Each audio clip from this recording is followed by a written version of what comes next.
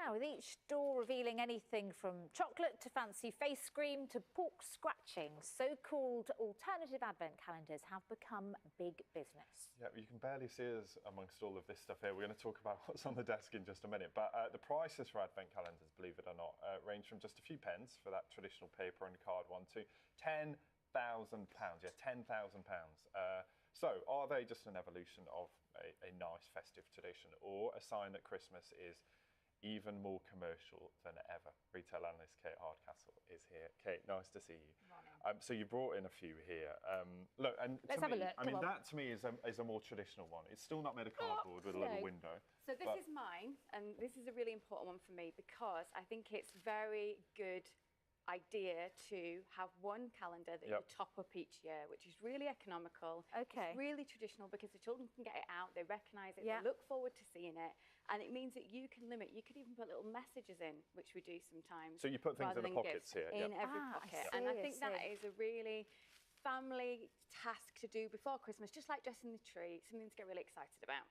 Okay, something that is not traditional is the other one. I'm going to lean over because I've got to get this one out. And this one is, excuse me, pork scratchings, pork crackling. Yeah, not for in me, an advent I'm calendar.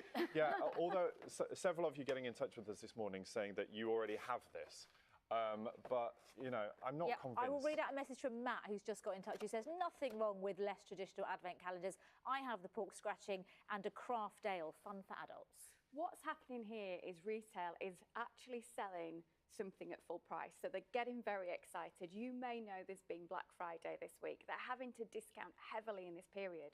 So the advent calendar and the rise of adults buying them and having them for themselves and treating themselves through this period is big business. And that's why all the brands are getting on the back of it. And you've got everything from the alcohol to food to the very famous beauty ones that are creating sensations online. And it's exciting for retailers to be able to sell at this. But for the consumer, do they represent value for money? Sometimes they're great value for money, and it's a great opportunity to be very savvy with your shopping. The beauty calendars particularly normally have much more value than you pay for them. And other times, sadly, like a big scandal this time, which has been the Zoella, who is a video blogger, who's put her name to one that's actually only got about £20 worth of stuff in, but was reselling for £50 of dramatically reduced price. The key thing with that one, it was a 12-window calendar, so you're only getting 12 items in it. So it's not even Advent. I mean, that's just 12 days. And that's what's happening. You know, the fuss and the excitement and the desire to have them and the fact some of them sell out is creating such a buzz that retailers can do things like this. But, you know, they should really remember the relationship with the consumer needs to last beyond Christmas. So anything you do to cheat at this time of year is going to not pay back next year. Yeah, that's interesting, isn't it? Because it's about the brand awareness and getting people involved. And I mean, you touched on that idea of, you know, value, I suppose, if the stuff in it's cheaper.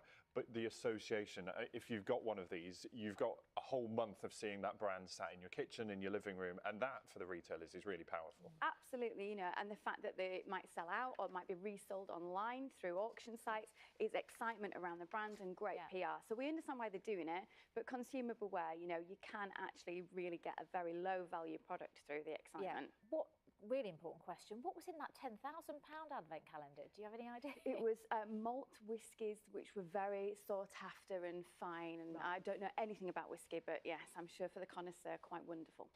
I'm quite happy with a chocolate one, so I'm going to have one of these. As long as I think you've already been taken in. No, look, there's none gone. Already? These are still sealed. That's fine. Would you like one? Yeah, of course. The very manhandled. There you go. All right, We'll speak to you later. Anyway, while you're doing that, the Andrew Marr Show is on BBC One at 9 o'clock this morning. Andrew, what have you got for us?